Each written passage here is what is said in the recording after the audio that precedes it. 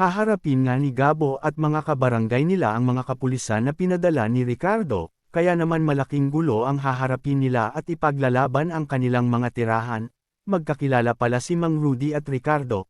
Malaki pala ang atraso ni Ricardo kay Mang Rudy.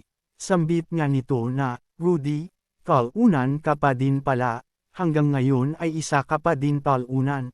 Galit naman na sinugod at sinuntok ni Mang Rudy si Ricardo. Hanggang sa maglaban silang dalawa at mapabagsak ni Mang Rudy si Ricardo. Hinahampas naman ni Isabel si Mang Rudy habang sinusuntok nito si Ricardo. Tumakbo naman si Elton at sinabi nito kay Aling Betchay na nakikipag-away si Mang Rudy. Kaya naman dali-dali na tumakbo si Aling Betchay at hinila nito si Isabel na humahampas sa likod ni Mang Rudy.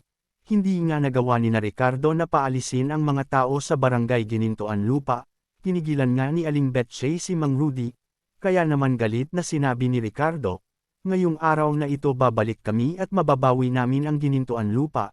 Hindi naman papayag ang mga taong matagal nang nakatira sa lupa na kinukuha ni Ricardo. Nagalit naman ang mga foreigner nang magkagulo at madamay sila sa galit ng mga tao. Dahil doon ay didiretso sina Ricardo sa presinto at hihingi ito ng tulong sa mga kapulisan na paalisan ang mga tao sa kanilang lupa. Mababalitaan naman ni Gabo na nagkakagulo na sa kanilang barangay. Haarangin nga nila ang buong puwersa ng kapulisan upang pigilan ang pagsira sa kanilang mga tahanan.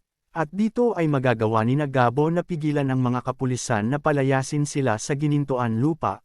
Masaya naman si Django nang makita nito si Gabo na nakikipag-away. Kaya naman sinabi nito na ito na ang oras upang makapaghigante siya sa ginawa sa kanya ni Gabo. Kaya naman si Mang Rudy ang tatamaan ni Django.